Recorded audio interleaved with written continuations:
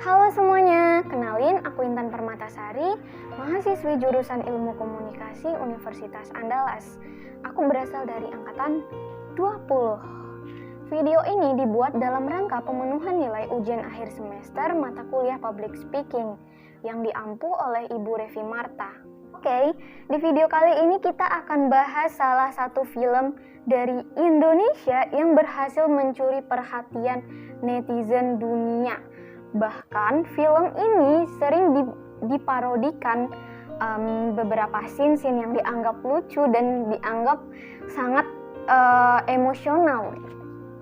Pasti udah nebak kan film ini ya? Layangan Putus. Siapa sih yang nggak tahu film Layangan Putus?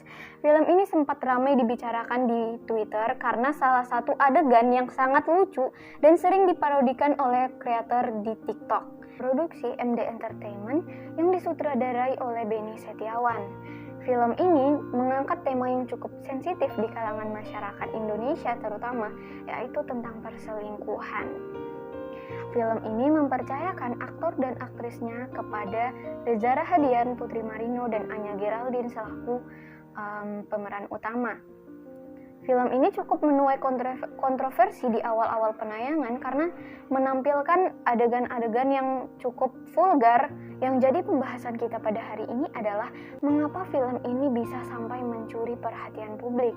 Bahkan banyak konten creator yang memparodikan beberapa scene atau adegan yang menurut mereka itu sangat emosional, sangat baper, dan sangat lucu.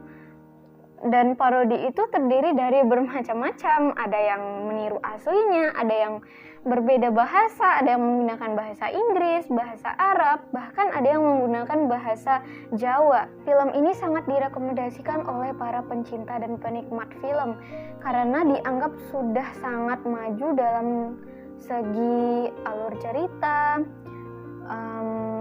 pengambilan gambar, videografer, bahkan aktor dan aktrisnya seperti sudah sangat terlatih untuk menjalankan peran-perannya masing-masing.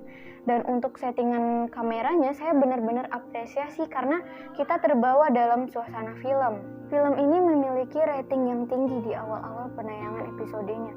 Entah itu karena jalan ceritanya yang bagus atau karena aktornya yang bagus memainkan perannya masing-masing atau karena editing yang sangat mumpuni.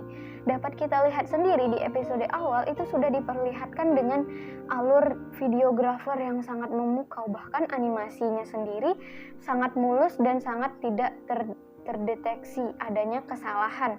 Mungkin bagi saya sendiri sebagai penikmat film, saya sangat menyukai film ini dari segi jalan cerita dan aktornya. Karena menurut saya ini sangat worth it untuk ditonton. Selain mengangkat tema tentang perselingkuhan, di film ini juga mengangkat salah satu tema tentang feminisme. Karena perempuan cukup disubordinasi di film ini. Perempuan yang dikatakan tersubordinasi ini merasa dirinya itu memiliki harga diri yang harus dia pertahankan. Jadi dia tidak bergantung terhadap laki-laki dan dia harus memperjuangkan sendiri keadilan itu. Secara garis besar, film ini menceritakan tentang seorang istri yang diselingkuhi oleh suaminya. Dan selingkuhannya itu merupakan seorang psikolog anak. Perselingkuhan ini terjadi kurang lebih selama 1 tahun. Ketika si istri mengetahui isu perselingkuhan suaminya, ia mulai mencari bukti-bukti yang akan menguatkan dan memberatkan suaminya di pengadilan nanti. Si istri berusaha menggugat cerai suaminya karena dia tidak ingin menjalani hubungan pernikahan yang tidak dilandasi dengan rasa percaya. Baginya, yang dipertahankan oleh wanita itu bukan hanya pernikahan saja, tapi harga diri. Harga diri adalah faktor yang sangat penting yang harus dipertahankan wanita. Seorang wanita tidak boleh membiarkan harga dirinya diinjak-injak oleh laki-laki hanya karena ia tidak ingin melepaskan status ikatan perkawinan atau ingin mempertahankan pernikahan hanya karena alasan anak. Pesan moral dari film ini menitik beratkan pada perempuan, karena perempuan harus selektif dalam memilih pasangan, terutama pasangan hidup. Laki-laki tidak sepenuhnya bisa dipercaya sebelum laki-laki tersebut menunjukkan rasa percayanya terlebih dahulu. Di film ini juga mengupas seputar persahabatan antara sang istri dengan beberapa temannya yang saling menguatkan dan memberikan solusi terbaik.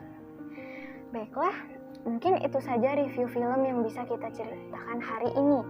Jika ada kesalahan ataupun makna yang ambigu, saya mohon maaf. Saya akhiri, wabillahi taufik wal hidayah. Wassalamualaikum warahmatullahi wabarakatuh.